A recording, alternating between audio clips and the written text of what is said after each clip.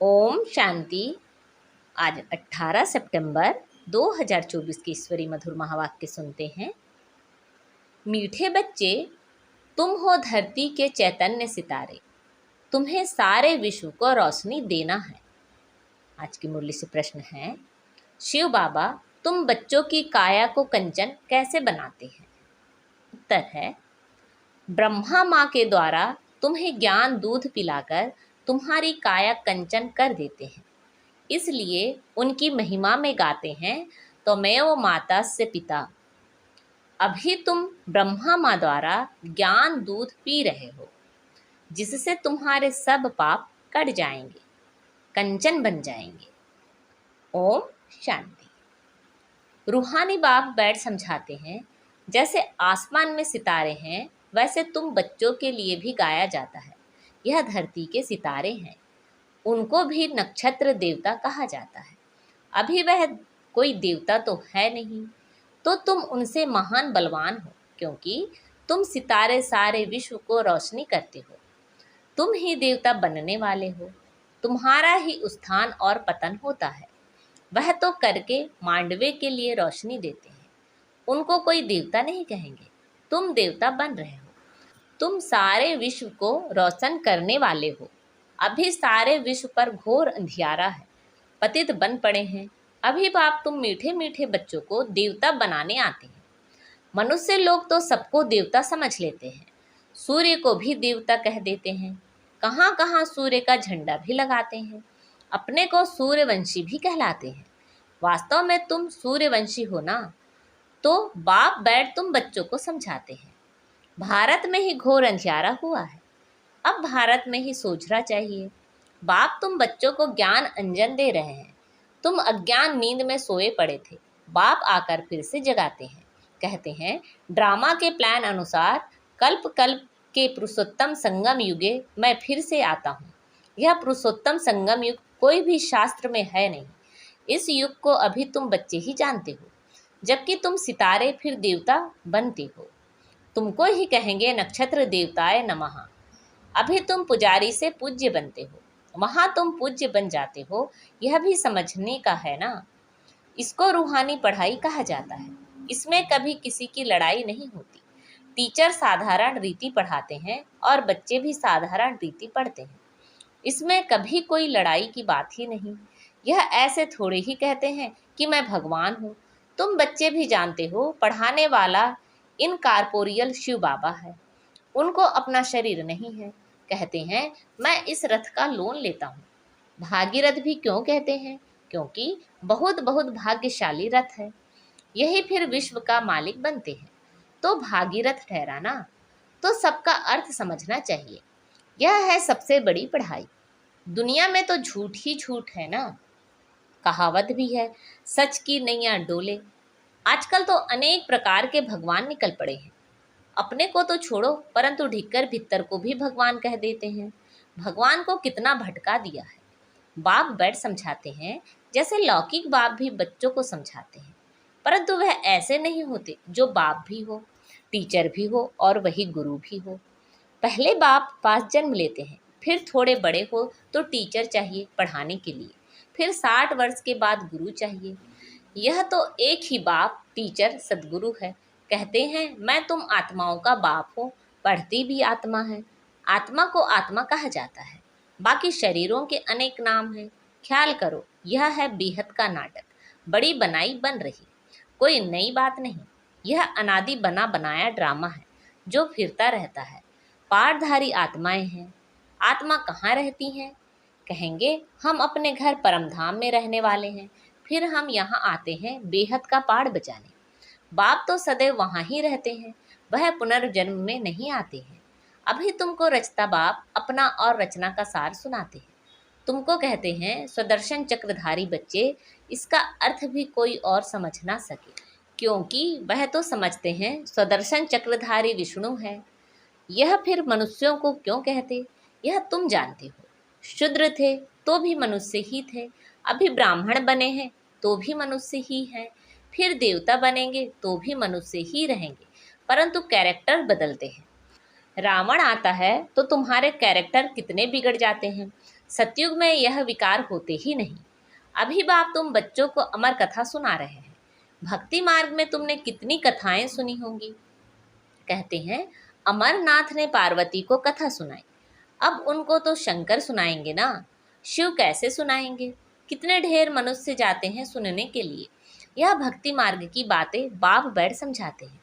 बाप ऐसे नहीं कहते भक्ति कोई खराब है, नहीं, यह तो ड्रामा जो अनादि है वह समझाया जाता है।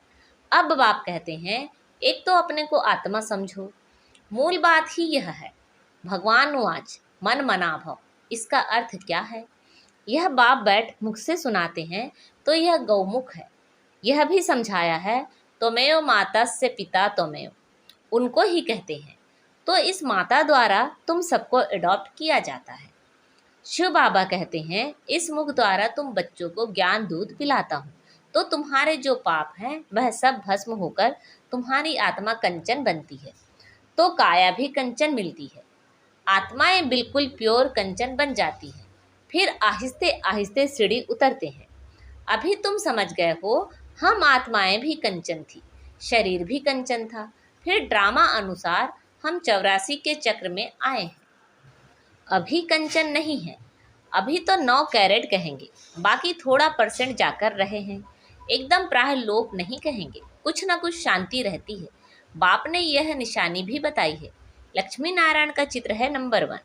अभी तुम्हारी बुद्धि में सारा चक्र आ गया है, बाप का परिचय भी आ गया है। भल अब तुम्हारी आत्मा पूरी कंचन नहीं बनी है, परंतु बाप का परिचय तो बुद्धि में है ना। कंचन होने की युक्ति बताते हैं। आत्मा में जो खाद पड़ी है वह निकले कैसे, उसके लिए याद की यात्रा है। इसको कहा जाता है युद्ध का मैदान। तुम हर एक इंडिपेंडेंट युद्ध के मैदान में सिपाही हो। अब हर एक जितना चाहे उतना पुरुषार्थ करें। पुरुषार्थ करना तो स्टूडेंट का काम है। कहाँ भी जाओ 1-2 को सावधान करते रहो, मन मना भाव। शिव बाबा याद है, 1-2 को यही इशारा देना है। बाप की पढ़ाई इशारा है। तब तो बाप कहते हैं 1 सेकंड में काया कंचन हो जाती है।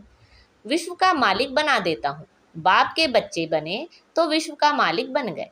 फिर विश्व में है बादशाही, उनमें उच्च पद पाना, यह है पुरुषार्थ करना। बाकी सेकंड में जीवन मुक्ति, राइट तो है ना। पुरुषार्थ करना हर एक के ऊपर है। तुम बाप को याद करते रहो तो आत्मा एकदम पवित्र हो जाएगी। सतो प्रधान बन सतो प्रधान दुनिया के मालिक बन जाएंगे। कितनी बार तुम तमो प्रधान से फिर सतो प्रधान बने हो। यह चक्र फिरता रहता है, इसका कब अंत नहीं आता। बाप कितना अच्छी रीति बैठ समझाते हैं। कहते हैं मैं कल्प कल्प आता हूँ, तुम बच्चे मुझे छीछी दुनिया में निमंत्रण देते हो। क्या निमंत्रण देते हो। कहते हो हम जो पतित बन गए हैं आप आकर पावन बनाओ, वह तुम्हारा निमंत्रण। कहते हो हमको शांति धाम सुख धाम में ले चलो, तो तुम्हारा ओबीडियंटी सर्वेंट हूँ। यह भी ड्रामा का खेल है। तुम समझते हो हम कल्प कल्प वही पढ़ते हैं, पाड़ बजाते हैं, आत्मा ही पाड़ बजाती है। यहाँ बैठे भी बाप आत्माओं को देखते हैं, सितारों को देखते हैं। कितनी छोटी आत्मा है, जैसे सितारों की झिलमिल रहती है। कोई सितारा बहुत तीखा होता है, कोई हल्का, कोई चंद्रमा के नज़दीक होते हैं। तुम भी योग बल से अच्छी रीति पवित्र बनते हो तो चमकते हो। बाबा भी कहते हैं बच्चों में जो बहुत अच्छा नक्षत्र है उनको फूल दो। बच्चे भी 1-2 को जानते तो हैं ना। बरोबर कोई बहुत तीखे होते हैं, कोई बहुत ढीले होते हैं। उन सितारों को देवता नहीं कह सकते। तुम भी हो मनुष्य, परंतु तुम्हारी आत्मा को बाप पवित्र बनाए विश्व का मालिक बनाते हैं। कितनी ताकत बाप वर्षे में देते हैं। आल माइटी बाप है ना। बाप कहते हैं मैं तुम बच्चों को इतनी माइट देता हूँ। गाते भी हैं ना शिव बाबा आप तो हमको बैठकर पढ़ाई से मनुष्य से देवता बनाते हैं। वाह, ऐसा तो कोई नहीं बनाते। पढ़ाई सोर्स ऑफ इनकम है ना। सारा आसमान धरती आदि सब हमारे हो जाते हैं, कोई छीन ना सके। उसको कहा जाता है अडोल राज्य। कोई भी खंडन कर ना सके, कोई जला ना सके। तो ऐसे बाप की श्रीमत पर चलना चाहिए ना। हर एक को अपना पुरुषार्थ करना है। बच्चे म्यूजियम आदि बनाते हैं, इन चित्रों आदि द्वारा हम जिन्स को समझावें। बाप डायरेक्शन देते रहते हैं, जो चित्र चाहिए भल बनाओ। बुद्धि तो सबकी काम करती है, मनुष्यों के कल्याण के लिए ही यह बनाए जाते हैं। तुम जानते हो सेंटर में कभी कोई आते हैं, अब ऐसी क्या युक्ति रचें जो आप ही लोग आए मिठाई लेने। किसी की अच्छी मिठाई होती है तो एडवर्टाइज हो जाती है, सब एक दो को कहेंगे फलानी दुकान पर जाओ, यह तो बड़ी अच्छे से अच्छी नंबर 1 मिठाई है, ऐसी मिठाई कोई दे ना सके। एक देख कर जाते हैं तो दूसरों को भी सुनाते हैं। ख्याल तो चलता है सारा भारत कैसे गोल्डन एज में आ जाए, उसके लिए कितना समझाते हैं, परंतु पत्थर बुद्धि है। मेहनत तो लगेगी ना, शिकार करना भी सीखना पड़ता है ना। पहले पहले छोटा शिकार सीखा जाता है, बड़े शिकार के लिए तो ताकत चाहिए। कितने बड़े बड़े विद्वान पंडित हैं, वेद शास्त्र आदि पढ़े हुए हैं, अपने को कितनी बड़ी अथॉरिटी समझते हैं। बनारस में कितने उन्हों को बड़े बड़े टाइटल मिलते हैं। तब बाबा ने समझाया था, पहले पहले तो बनारस में सेवा का घेराव डालो, बड़ों का आवाज़ निकले तब कोई सुने, छोटे की बात तो कोई सुनते नहीं। शेरों को समझाना है तो अपने को शास्त्रों की अथॉरिटी समझते हैं, कितने बड़े बड़े टाइटल देते हैं। शिव बाबा के भी इतने टाइटल नहीं हैं। भक्ति मार्ग का राज्य है ना, फिर होता है ज्ञान मार्ग का राज्य। ज्ञान मार्ग में भक्ति होती नहीं, भक्ति में फिर ज्ञान बिल्कुल होता नहीं। तो यह बाप समझाते हैं। बाप देखते भी ऐसे हैं, समझते हैं यह सितारे बैठे हैं, देह का भान छोड़ देना है। जैसे ऊपर में सितारों की झिलमिल लगी हुई है, वैसे यहाँ भी झिलमिल लगी हुई है। कोई कोई बहुत तीखी रोशनी वाले बन गए हैं। यह है धरती के सितारे, जिसको ही देवता कहा जाता है। यह कितना बड़ा बेहद का मांडवा है। बाप समझाते हैं, वह है हद की रात और दिन, यह है फिर आधा कल्प की रात, आधा कल्प का दिन, बेहद का। दिन में सुख ही सुख है, कहाँ भी धक्के खाने की दरकार नहीं। ज्ञान में है सुख, भक्ति में है दुख। सतयुग में दुख का नाम नहीं, वहाँ काल होता नहीं, तुम काल पर जीत पाते हो। मृत्यु का नाम नहीं होता, वह है अमरलोक।